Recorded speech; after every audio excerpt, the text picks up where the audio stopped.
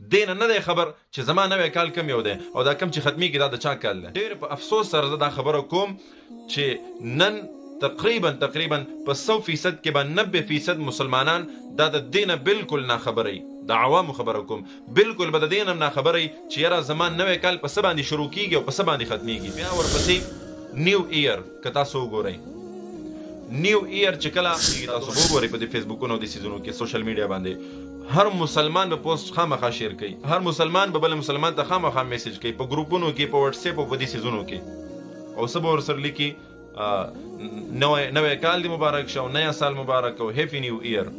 بعضې خو لا راولګېږي یو مزیدار پوسټ به جوړ کړي او ورسره به دعاګانې یو 14 کیلو دعاګانې به ورکې ولیکي او څنګه لګیا به یا الله زمونږ دغه نوی کال داسې کړي او دا زوړ کال چې لاړو دا هم داسې کړي، نوی کال مبارک کړي او دا واغ او دا پوره شروع به شي او پرپړه به ولیکي. مسلمانان ورونو دا مونږ او تاسو ډېر د شرم مقام دی چې مونږ راولګېږو په دې کې مونږ بیا پوسټونه هم کوو، یو بل ته مبارکیانې هم ورکوو، د دغه یهودو مشابهت یې کوو، د دغه غیرو خلکو مشابهت یې کوو. زمونږ دین وګوره، زمونږ امت وګوره، زمونږ پیغمبر وګوره او بیا زمونږ د کارونو ته وګوره. نو مسلمانانو ورونو دا خبرې دا زده کوئ، کینې د علماو سره، کینې د دیندارو خلکو سره، لږ جومات لږ مدرسې ته ځان ښکاره کوئ او د دې نه ځان خبر کوئ چې زما نوی کال د څه نه شروع کېږي. ګورئ مسلمانانو ورونو زمونږ او ستاسو نوی کال چې شروع کېږي دا په محرم باندې شروع کېږي او په ذوالحج باندې زمونږ او ستاسو نوی کال چې دی دا ختمیږي. پکار دی چې مسلمانان دا زده کړي، خبر شي د دې نه. بس مونږ او تاسو لګېدلي یو د دغې یهودو په مشابهت کې، په هره خبره کې به مونږ د دې ځان مشابه کوو که نه نو زمونږ هغه کار نیمګړی ده. په جنورۍ او فروری او مارچ اپریل کې لګېدلي یو خو مونږ نه خپل دین، خپلې مبارکې میاشتې دا هیرې دي، دا رانه پاتې دي. ته لږ چا نه پوښتنه وکړه ورته دا کوم اسلامي کال دی، د دې نه هم ناخبره دی. د چا نه پوښتنه وکړه ورته اسلامي میاشتې د دې نومونه راته واخله. مسلمان نه دا پوښتنه وکړه چې څه وایي درته، ته به ورته لکه 100مه میاشت ده درته به وایي پلانۍ میاشت ده، کومه میاشت ده څه نوم یې د جنوري، مارچ، اپریل او دا بلاګانې به درته رامخې ته کړي. که ورته وایي چې اسلامي کومه میاشت ده، یاره جي والله دا خو مونږ نه دي ویلي، دا خو مونږ ته پته نشته ده.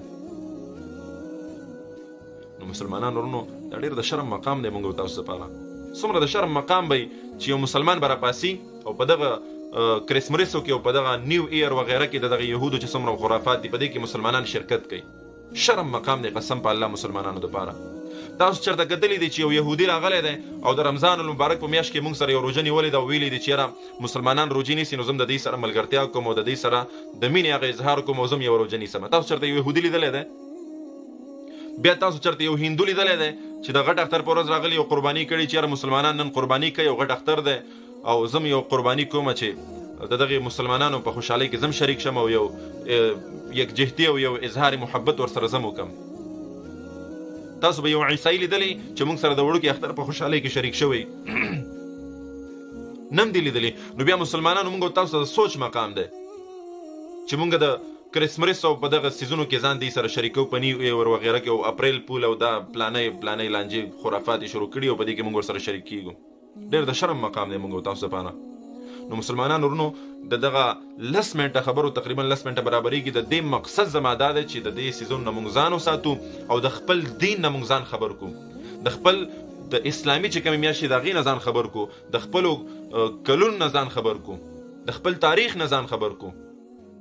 مسلمان ته پکار دی چې دا د خپل تاریخ نه ځان خبر کړي چې زما تاریخ څه دی او د دغې باطلو خلکو تاریخ څه دی. بیا هم مسلمانان د دې ملګرتیا کوي، دې سره دغه خوشحالي منوي او دغه ویډیو خصوصا کم مسلمانان چې په بهر ملکونو کې ژوند کوي د هغې دپاره هم زمونږ ده چې ګوره دغلته کې به دغه سیزونه ډېر وي، دلته کې خو الحمدلله نشته دومره، خو دغلته به ډېر وي. شته دلته ولې نشته، خو دغلته به بیا ډېر وي ځکه دغه ملکونه او دغه علاقې د هغوی دي. نو کوشش وکړئ په دغه خوشحالۍ کې بالکل د دې سره ځان شریک نه کوئ، بالکل د دې سره څه تعاون په دې خوشحالۍ کې ونه کوئ، څه پوسټونه وغیره او مبارکیانې جوابونه د دې سره ونه کوئ، بالکل ځان وساتئ د دې نه. نو انشاءالله الله رب العزت به مونږه کله کامیابی کله چې مونږ په خپل دین باندې عمل پیرا شو، په خپل طریقو د جناب نبی کریم صلی الله علیه وسلم باندې عمل پیرا شو. په دې کې زمونږ او تاسو کامیابی ده، نه چې موږ د دې په الټه باندې لاړ شو، د غیرو نقالی شروع کو، د غیرو سره مشابهت شروع کو. په دې کې یقینا زمونږ تباهی ده، په دې کې زمونږ گمراهی ده.